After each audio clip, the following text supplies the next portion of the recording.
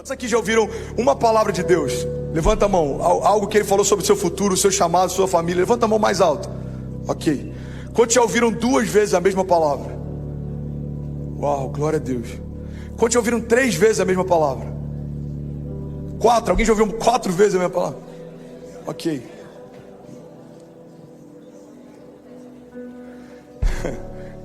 Teve alguém que falou, lá vem.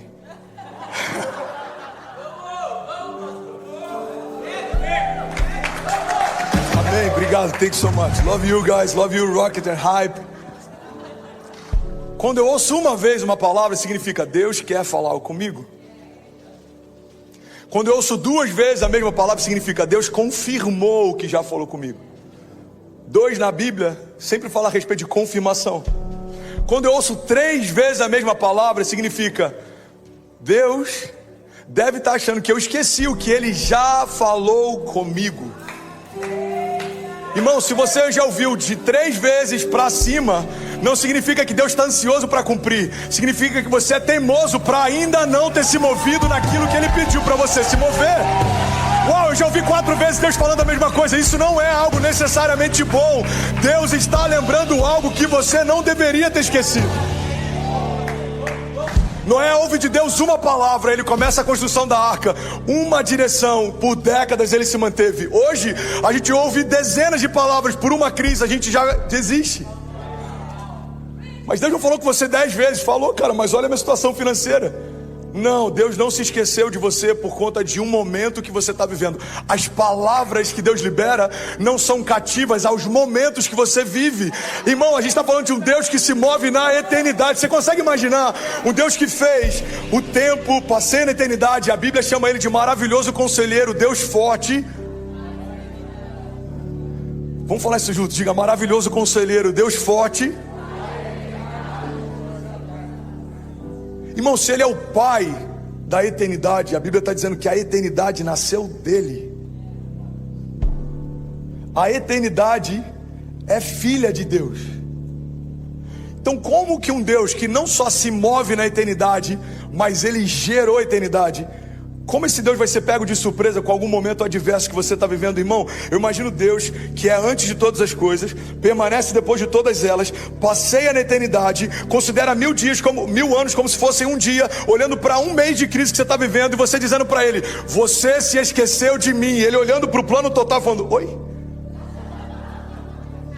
Desculpa, filho, você está falando de quê mesmo? Estou falando do mês de agosto de 2016.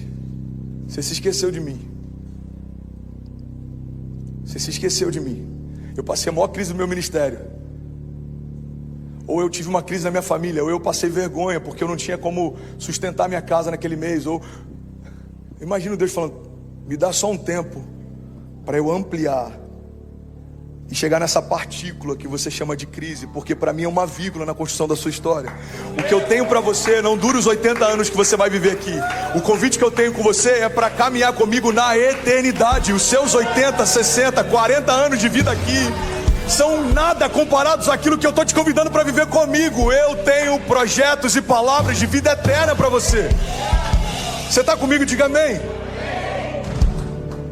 Mas quando a gente está exposto a uma teologia que só fala, Deus vai te dar, Deus vai fazer, Deus vai empoderar, Deus vai cumprir, no hoje, o problema é que eu começo a achar que a minha caminhada com Deus, ela acaba quando eu morro, e é por isso que tem tanta gente ansiosa. Eu quero viver logo antes que eu morra, para que se cumpra tudo que Deus prometeu, irmão.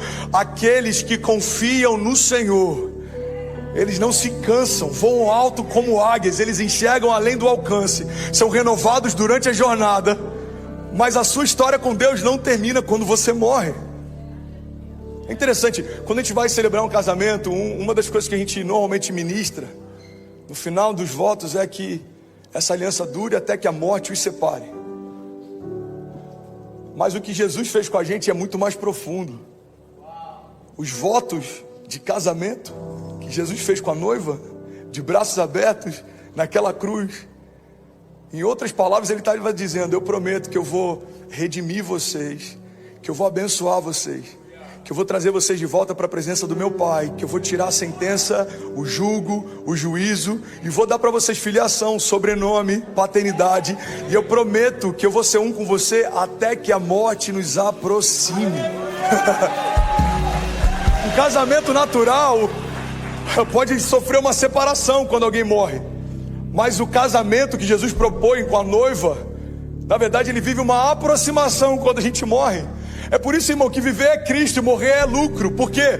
Porque estamos mais próximos daquele que vamos caminhar todos os dias da nossa vida. Você está comigo? O problema é que às vezes a gente esquece de falar do céu.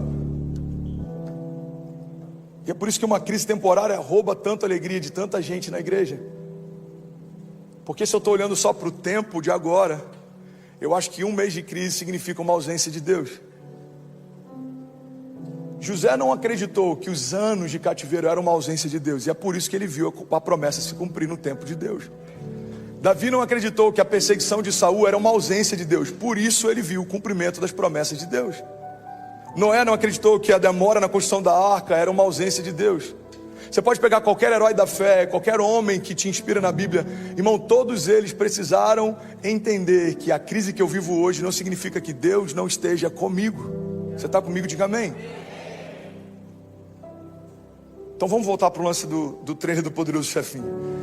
Sabe o que é louco? A gente derrama o máximo que a gente pode. Vai ter gente que vai chegar em casa e vai falar: e aí, amor, como é que foi o culto hoje? Foi bom. Ele falou de quê? Poderoso Chefinho, alguma coisa do tipo. Falou de um trailer da Ceci. Legal, o culto foi da Disney, né? Legal. É uma analogia tão simples, mas ela pode gerar vida em alguém aqui nessa manhã. Amém? Primeira coisa que eu aprendi com Cecília vendo um trailer: quando a gente tem a mentalidade infantil, a gente se sacia com um pouco, como se aquilo fosse tudo. Segunda coisa que eu aprendi, porque eu de verdade fiquei meditando sobre isso e aquilo me impactou. A Cecília, por mais que ela tivesse excited, por mais que ela tivesse ansiosa para ver o filme, só eu podia comprar o filme para ela. Porque pede os dados bancários e um adulto que tem uma conta pode pagar para que o seu filho, que ainda é criança, possa ter acesso ao filme. Sabe o que eu aprendi naquele dia? Por mais excited que eu possa estar com aquilo que eu quero ver, só está disponível quando eu for maduro e quando eu pagar o preço. Pega isso, irmão. Por que nem toda palavra profética se cumpre? Porque nem todo mundo quer pagar o preço. A palavra não se cumpre no dia que você recebe, a palavra se cumpre no dia que ela se cumpre. Quando ela se cumpre. É louco porque o meu pai, há alguns anos atrás, escreveu uma carta para mim e ele botou sem data. E por mais que ele não tivesse entendimento de por que ele botou a data e deixou em branco, hoje a gente entende o porquê.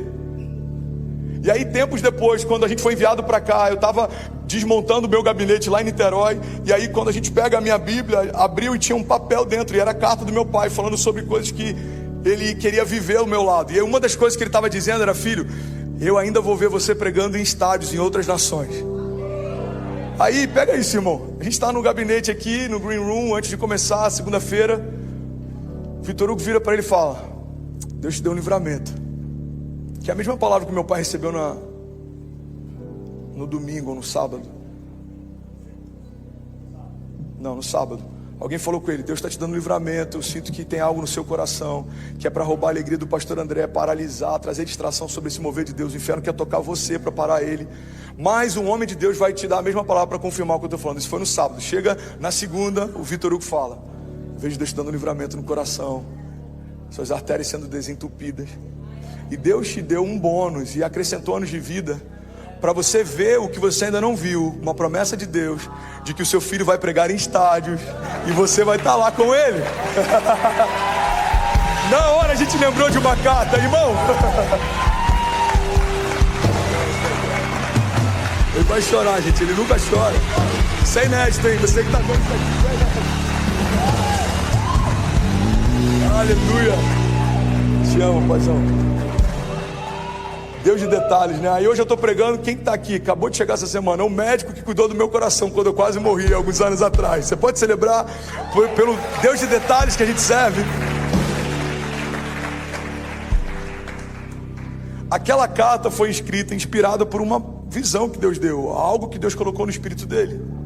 Aí Deus usa alguém através de uma palavra profética para trazer à sua memória: eu ainda não concluí o que disse que faria. Agora entende isso, irmão. Do dia em que aquela carta foi escrita até o dia em que ela vai se cumprir, tem muito sangue, suor e lágrima envolvido no meu ministério. Teve muita desonra, momentos difíceis, plantando igreja com 1000 e poucas pessoas, mas com a minha conta de luz cortada em casa. Vivendo algo incrível no ministério, mas passando desafios financeiros em casa. Irmão, não são só flores. Tem um provérbio oriental, já falei sobre ele alguma vez aqui, que diz que homens fortes criam tempos fáceis criam homens fracos criam homens difíceis. É cíclico. Então talvez algum momento difícil que Deus está permitindo que você enfrente, não é porque Ele não ama você, é porque Ele não quer que você seja mimado e pare na primeira retaliação, no nível que Ele quer te levar. Então, irmão, quando Deus me ensina a não ficar reclamando com uma batalha pequena, o meu caráter está sendo forjado para que as batalhas que Ele vai permitir que eu enfrente também não me parem no futuro, irmão. Quem aprendeu a lidar com ursas e leões enfrenta gigantes sem nenhum medo. O tempo do preparo não é o tempo da ausência de Deus. Você precisa de estrutura para receber a unção que Ele quer derramar sobre você. E aí, tudo bem? Você acabou agora de assistir um vídeo. Se você ainda não está inscrito, já se inscreve também no nosso canal. Ativa esse sininho aqui embaixo de notificação. E toda vez que eu fizer uma live ou estiver transmitindo uma mensagem ao vivo, você vai ser um dos primeiros a saber. Mas eu deixei mais 2 indicações aqui que eu espero que façam muito sentido para você. Então já aproveita e clica para assistir a próxima mensagem, beleza? Seja bem-vindo ao time de incendiários e eu espero de verdade que essas mensagens mudem a sua vida como elas têm mudado a minha também. Até a próxima. Valeu. Até a próxima. Valeu.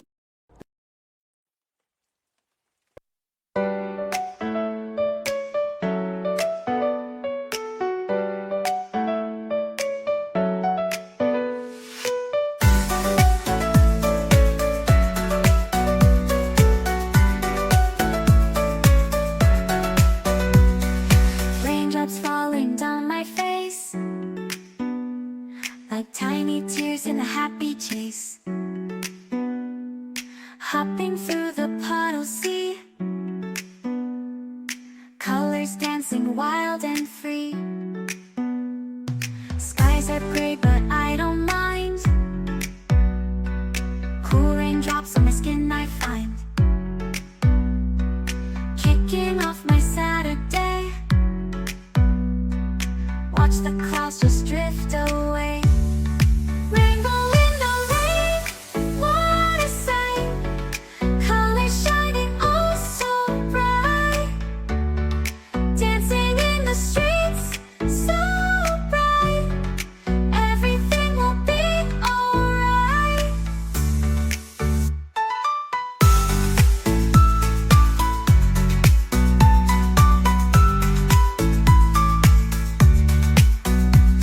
Umbrella spinning, twirling round,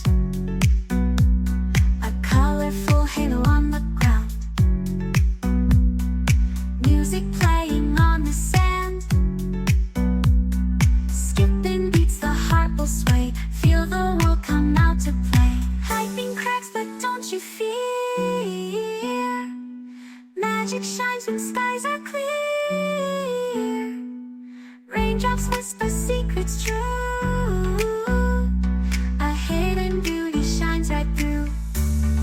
Rainbow in the rain, what a sight, colors shining oh so bright, dancing in the streets so bright, everything will be alright.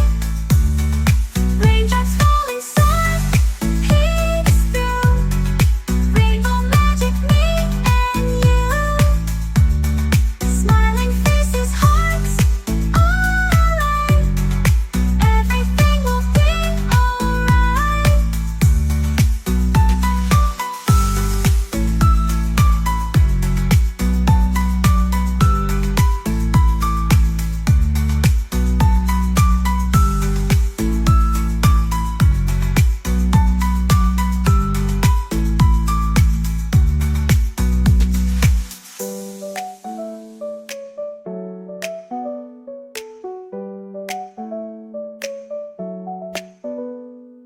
Raindrops falling, sun peeks through, rainbow magic me and you, smiling hearts alive.